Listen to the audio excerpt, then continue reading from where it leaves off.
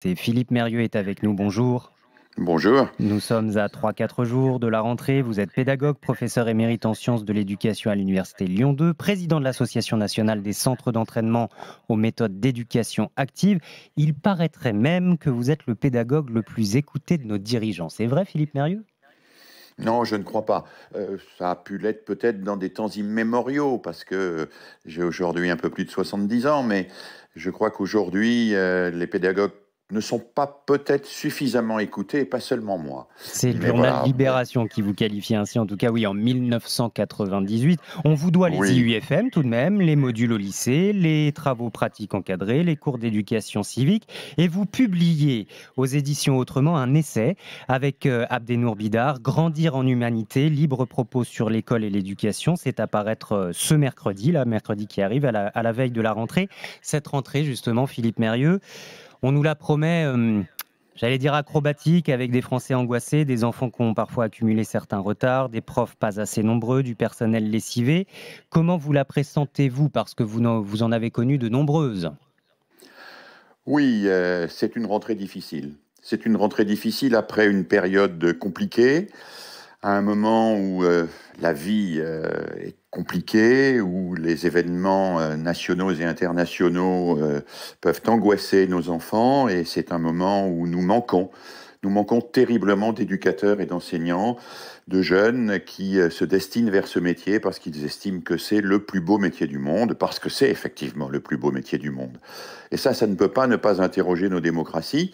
Quand un pays comme nous ne sait pas attirer ses jeunes vers le plus beau métier du monde, celui qui prépare l'avenir pour nos enfants et pour nous-mêmes, eh bien, je pense qu'on doit se poser sérieusement des questions. 2 000 € net mensuels à l'embauche, c'est désormais ce que promet le gouvernement. Est-ce que c'est suffisant pour réattirer les jeunes vers ce plus beau métier du monde? Ah, c'est nécessaire, bien sûr. Il ne faut pas seulement donner un peu plus d'argent à l'embauche, il faut que cela se répercute tout au long de la carrière et pour tout le monde et d'une manière juste. Mais il faut aussi, je crois, que les enseignants se sentent plus et mieux reconnus, à la fois par leur ministre, par leur cadre, mais aussi par l'opinion publique. Plus et mieux reconnus, ça veut dire peut-être qu'ils aient moins l'impression que on les soupçonne en permanence de ne pas faire le programme, de mal gérer leur classe, de ne pas traiter suffisamment bien X, Y ou Z. Il faut aussi qu'ils aient le sentiment qu'on les considère comme des gens créatifs, inventeurs, et pas simplement comme des gens qui appliquent des instructions qui sont dictées par le haut en fonction de méthodes qui ont été labellisées et qui sont considérées comme efficaces. Il faut aussi qu'ils aient la conviction qu'on ne va pas en permanence les espionner à travers des évaluations, mais qu'on leur fait confiance. Et je Qu'on leur pense laisse que oui, un petit peu plus d'autonomie. On va y revenir, Philippe Mérieux, mais c'est vrai que de la confiance. avec tout cela, la conséquence concrète, c'est qu'il manque des professeurs. 4 000 postes d'enseignants titulaires non pourvus au concours d'enseignants. Alors, pour remédier à cette situation, le gouvernement fait appel à des contractuels, déjà 3 000 recrutés, une formation express de 4 jours. On sent poindre une certaine crainte du côté des parents d'élèves, des professeurs au rabais.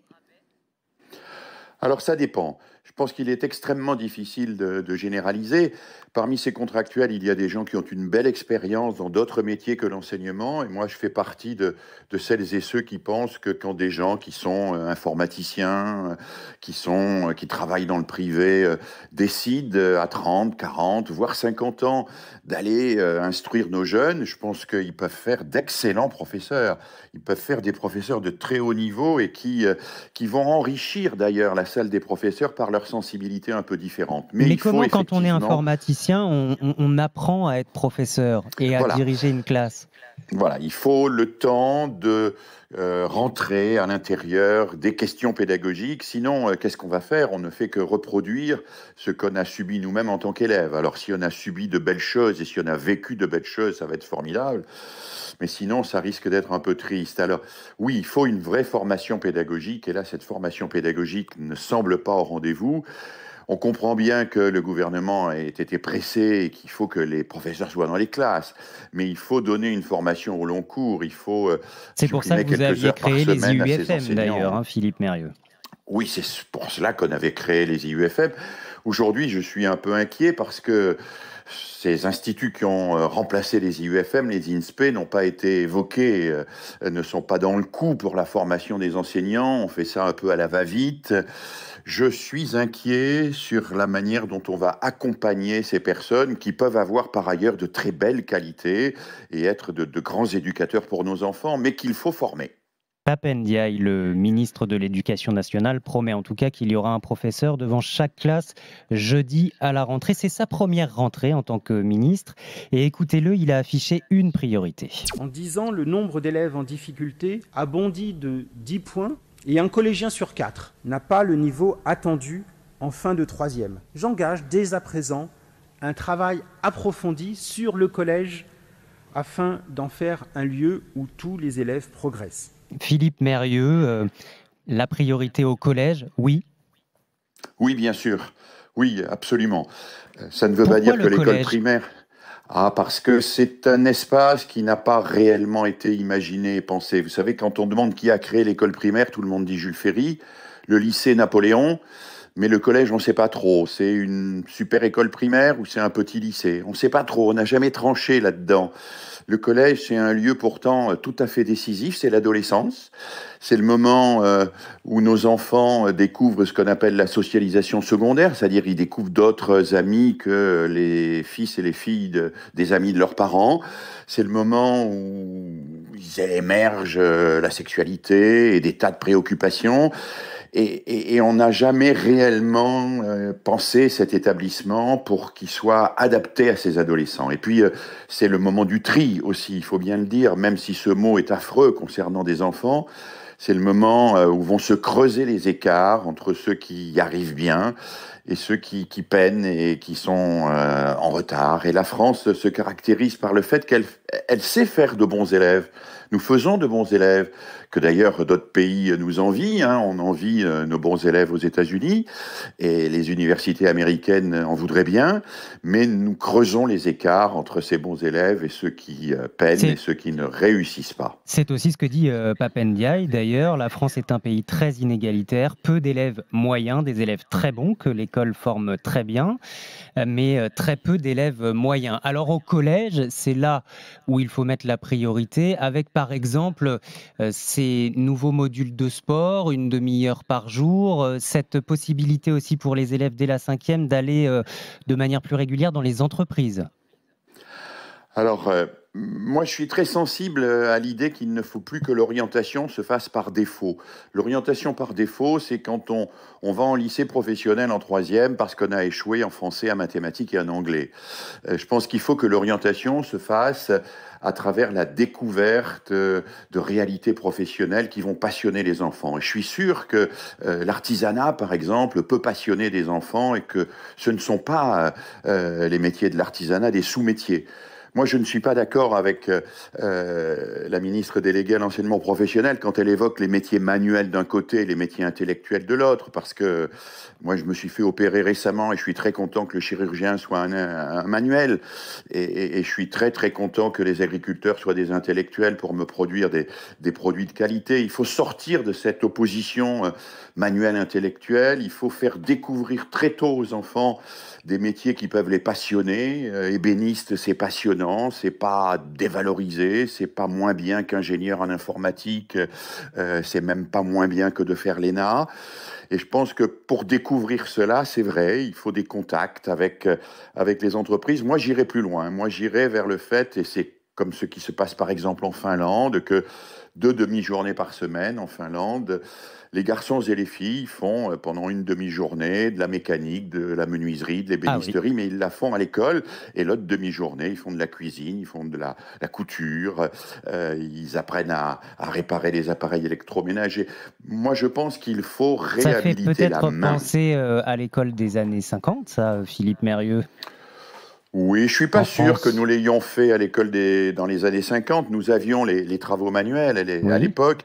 Je pense que nous avions effectivement cette sensibilité avec la main et que nous intellectualisons au mauvais sens du terme un peu trop vite aujourd'hui des enfants qui ont besoin de découvrir aussi les choses à travers la manipulation, à travers des activités dans lesquelles ils sont impliqués. Bon, alors laissons les années 50 au passé et parlons de l'école du futur. J'ai adoré feuilleter votre livre Grandir en humanité que vous co-signez avec Abdenour Bidar parce que c'est un échange, c'est un dialogue épistolaire. Ça se lit très bien, 200 pages aux éditions Autrement à paraître mercredi.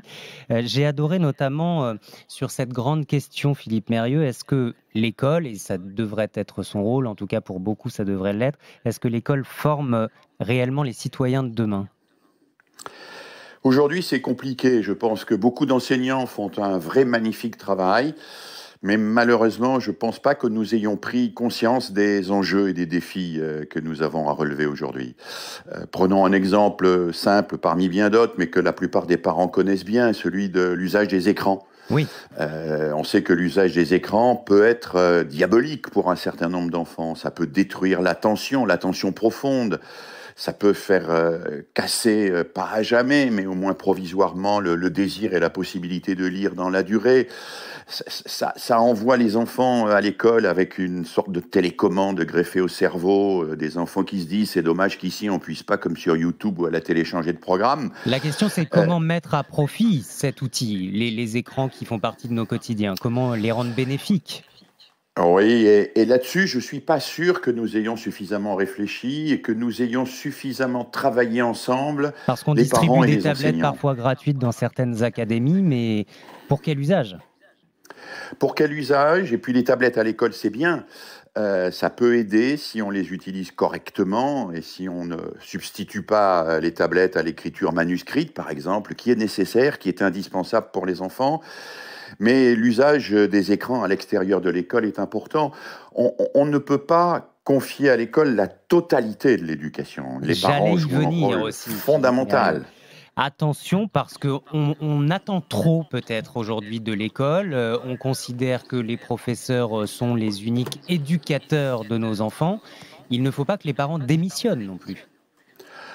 Oui, et même peut-être que le mot démission est ici un peu fort, mais je pense que notre société a tendance, chaque fois qu'il y a un problème sociétal, voire politique important, souvenez-vous des attentats, de dire c'est à l'école de faire le travail. Alors, bien sûr, l'école a toute sa part du travail. Bien sûr, l'école, moi j'ai consacré ma vie, est quelque chose d'essentiel pour tous ces enfants, et en particulier pour ceux et celles qui vivent dans des situations familiales difficiles.